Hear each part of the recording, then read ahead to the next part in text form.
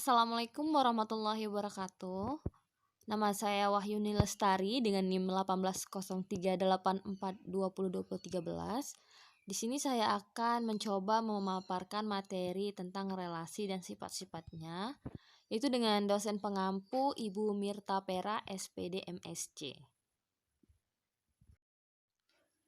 Oke, sebelum kita masuk ke materi relasi dan sifat-sifat relasi, nah, kita harus tahu dulu relasi itu apa sih? Nah, relasi itu adalah suatu aturan yang memasangkan anggota himpunan satu ke himpunan lain, atau bisa kita sebut dari anggota himpunan A ke anggota himpunan B.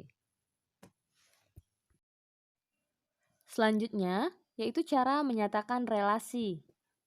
Di sini ada contoh soal. Tabel 1.1 di atas dapat dinyatakan dengan diagram panah, diagram kartesius, dan himpunan pasangan berurutan seperti di bawah ini. Misalkan A itu sama dengan dalam kurung kurawal Buyung, Doni, Vita, Putri, dan B itu sama dengan IPS, kesenian, keterampilan, olahraga, matematika, IPA, bahasa Inggris. Dan pelajaran yang disukai adalah relasi yang menghubungkan himpunan A ke himpunan B. Cara menyatakan relasi. Relasi dua himpunan A dan himpunan B bisa dinyatakan dengan 3 cara, yaitu yang pertama di sini saya akan bahas tentang diagram panah. Gambar 1.2 di bawah ini menunjukkan relasi pelajaran yang disukai dari himpunan A ke himpunan B. Arah panah menunjukkan anggota-anggota himpunan A yang berelasi dengan anggota-anggota tertentu pada himpunan B. Cara menyatakan relasi yang kedua yaitu dengan diagram kartesius. Relasi antara himpunan A ke himpunan B dapat dinyatakan dengan diagram kartesius. Anggota-anggota himpunan berada pada sumbu mendatar dan anggota-anggota himpunan B berada pada sumbu tegak. Nah, setiap pasangan anggota himpunan A yang berelasi dengan anggota himpunan B dinyatakan dengan titik atau noktah. Gambar 1.3 menunjukkan diagram kartesius dari relasi pelajaran yang disukai dari data pada tabel 1.1. Selanjutnya, cara menyatakan relasi yang ketiga yaitu dengan himpunan pasangan berurutan. Contoh himpunan pasangan berurutan dari data pada tabel 1.1 sebagai berikut. Buyung IPS, Buyung kesenian, Doni keterampilan, Doni olahraga, Pita IPA, Putri matematika, Putri bahasa Inggris. Selanjutnya, di sini ada sifat-sifat relasi. Sifat yang pertama yaitu sifat reflektif.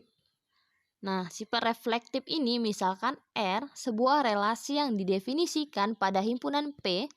Relasi R dikatakan bersifat refleksif jika untuk setiap P kecil itu elemen dari V besar. Berlaku dalam kurung P kecil, V kecil, elemen dari R. Definisi di atas menyatakan bahwa di dalam relasi reflektif, setiap elemen di dalam P besar berhubungan dengan dirinya sendiri.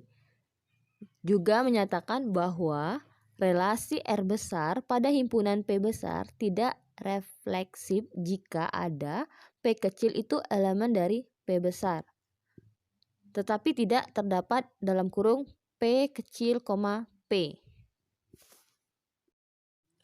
Sifat-sifat relasi selanjutnya yaitu sifat transitif.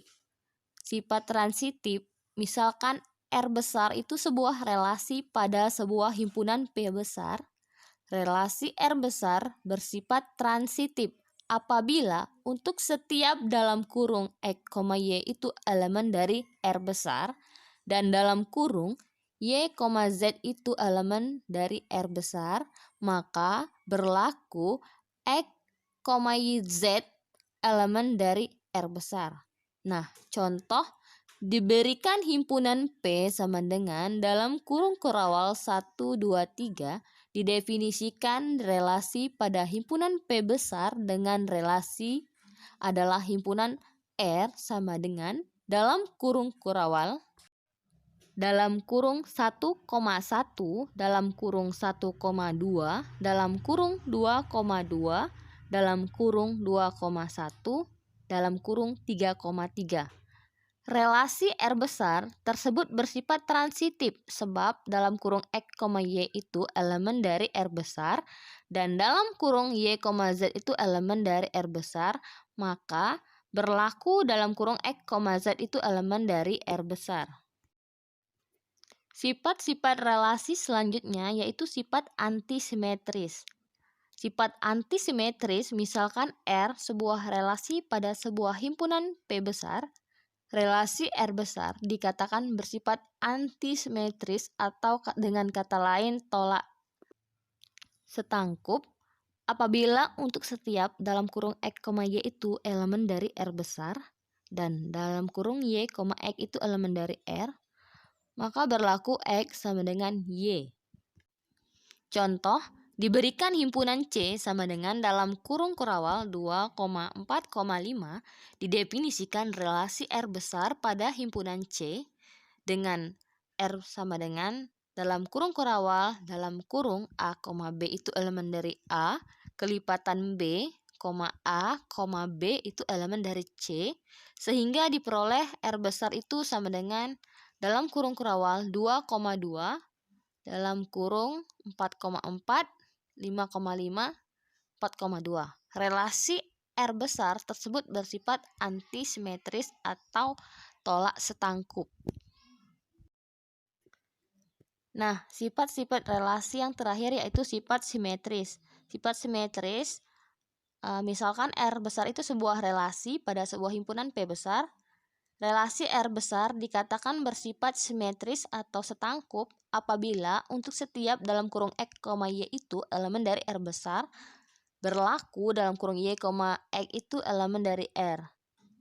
Nah, contohnya diberikan himpunan P besar itu sama dengan dalam kurung kurawal 1,2,3,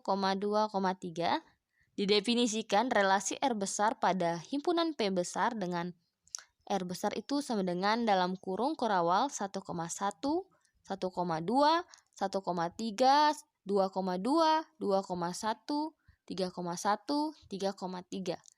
Relasi R besar tersebut bersifat simetris sebab untuk setiap dalam kurung X, Y itu elemen dari R besar, berlaku dalam kurung Y, X itu elemen dari R besar.